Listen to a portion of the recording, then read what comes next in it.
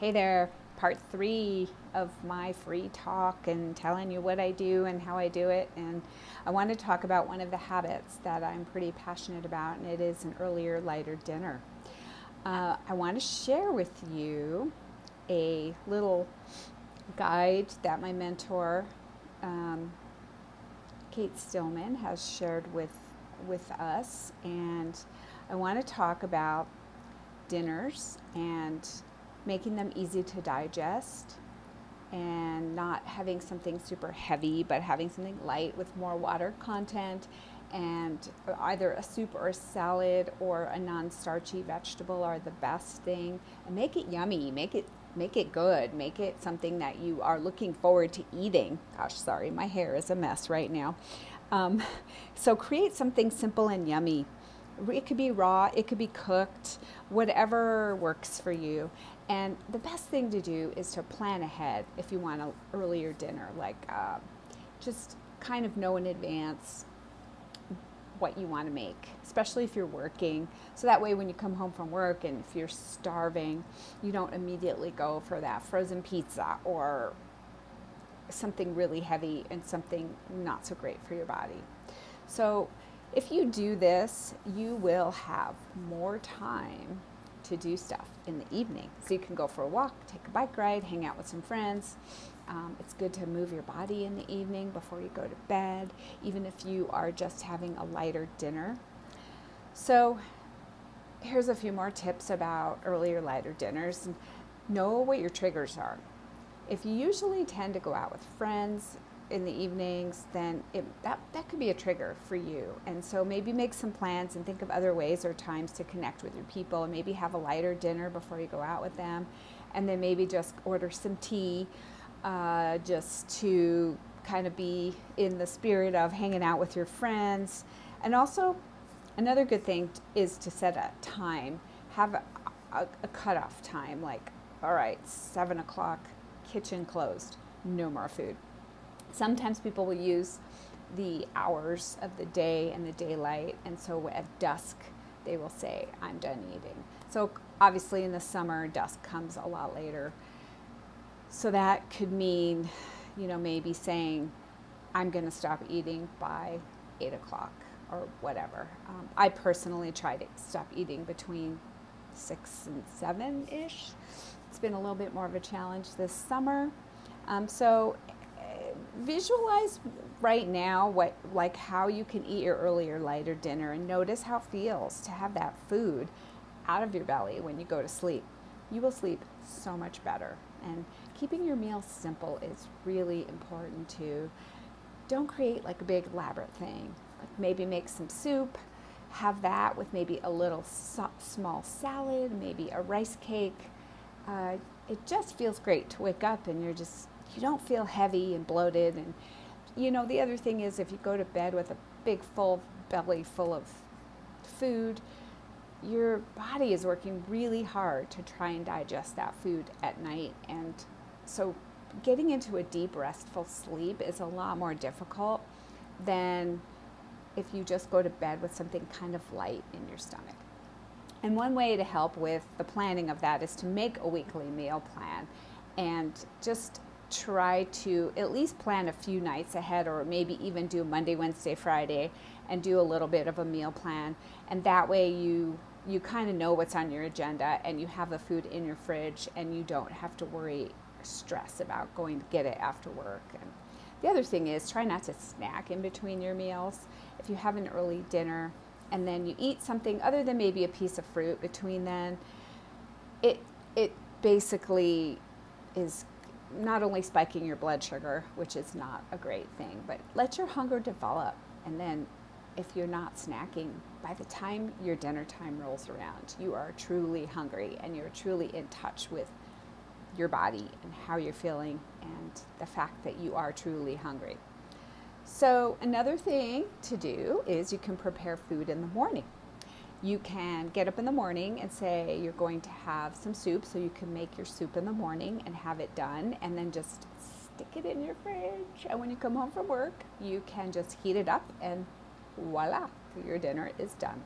So here's some quick ideas. You can roast root vegetables in the morning. You can add veggie broth cubes in hot water as a soup. You can also put quinoa in either in your Instant Pot or rice cooker. You can have that done for when you get home from work.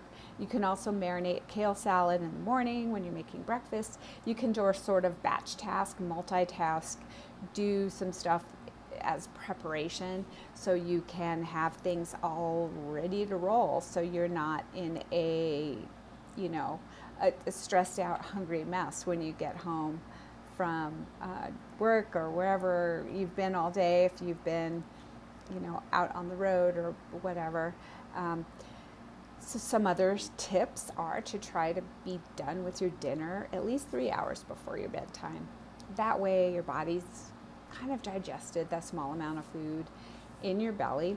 It does take some time to get used to doing this shift, and doing a shift in not only eating earlier but also eating lighter. Some people think of dinner as their main meal, and really dinner should be your supplemental meal. Supper, supplemental meal. Back in the old days, lunch was the main meal because lunch was part of coming in off the farm, getting your big lunch, and then going back out and eating again, going back out and working in the fields again. And then dinner was just a small event because the food from lunch was helping fuel the people that were working outside doing manual labor or working farms or whatever people were doing that were not desk job type things, and helping them to get through the rest of the day by having a lot more energy and focus and clarity because they had a little bit more food in their bellies and the fuel to do it. And so you don't need as much fuel in the evenings before you go to bed. You really don't. We are under a false misconception that we need to eat like this big giant meal and have a steak and potatoes and dessert and blah, blah, blah. You don't need all that stuff. And it does take a mindset to shift that, but it can be done. And you will feel much better about yourself, about your body. You'll feel lighter. You will just sleep better. You'll sleep more deeply. So this is just one of the 10 habits that I am passionate about and that I teach, and I have had amazing results with not only the earlier, lighter dinner, but all of the other habits. Some of the other ones I think I mentioned in my other video were earlier to bed, self-massage, eating plant-based diet, which does not mean being a vegetarian, by the way. It just means adding more greens into your diet. Sitting in silence, meditation, a lot of mind grounding things that keep you motivated to bring your energy down and just kind of in a more contained environment where you are able to feel grounded. I don't know how else to describe that other than you just feel more connected, and it's amazing. My next group is starting in August, but I would love to talk to you if you have any questions. Another big part of what I'm teaching and what I'm mentoring people with is intermittent fasting. Huge advocate of intermittent fasting, and the earlier, lighter dinner just kind of falls right in with the intermittent fasting. You basically are, let's say your kitchen is closed at 7, and then you don't eat again till the next morning or afternoon. You could have some warm lemon water. If you drink coffee, you can have it black if you want to keep the fast super strict. Some people do add MCT oil and coconut milk or oil or whatever. That's not as strict of an intermittent fast, and I sometimes will do my MCT in the morning depending on what I'm doing and if I need a little bit more mental clarity, but oftentimes I just drink black, either adaptogenic mushroom coffee or decaf. I don't drink a lot of caffeine anymore. I do occasionally. This morning I did because I just thought, well, It's Friday. I'm going to have some caffeine. So the intermittent fasting is a really big deal. Just keeping it down to, 3 meals, or I only do 2 meals. I do lunch and dinner. And sometimes I do have a midday snack, or I'll just have a cup of tea. Yerba mate is my go-to, and it just works out really great. And it's very freeing. It's very liberating to not have to think about so much food all the time. It just clears your mind. It clears you. So, anyways, my program, as I've mentioned a couple times, starts in August, and you can find me. I am at mountainlove.com. That's MOUNTAIN love, LUV.com. And my program is Body Reset. It's a 1-year program. We meet once a week via Zoom, and I'm always available for mentoring and coaching. And I do one-on-one coaching sessions as part of your program. And we do have some fun guest speakers, and we do some fun classes and stuff like that. So check me out. I'm also, please feel free to request to join Body Reset, my Facebook page. My name is Juliette Cullins, Cullins. I believe, I think it's under Body Reset and my name. So check me out, or you can send me a message through my website, mountainlove.com.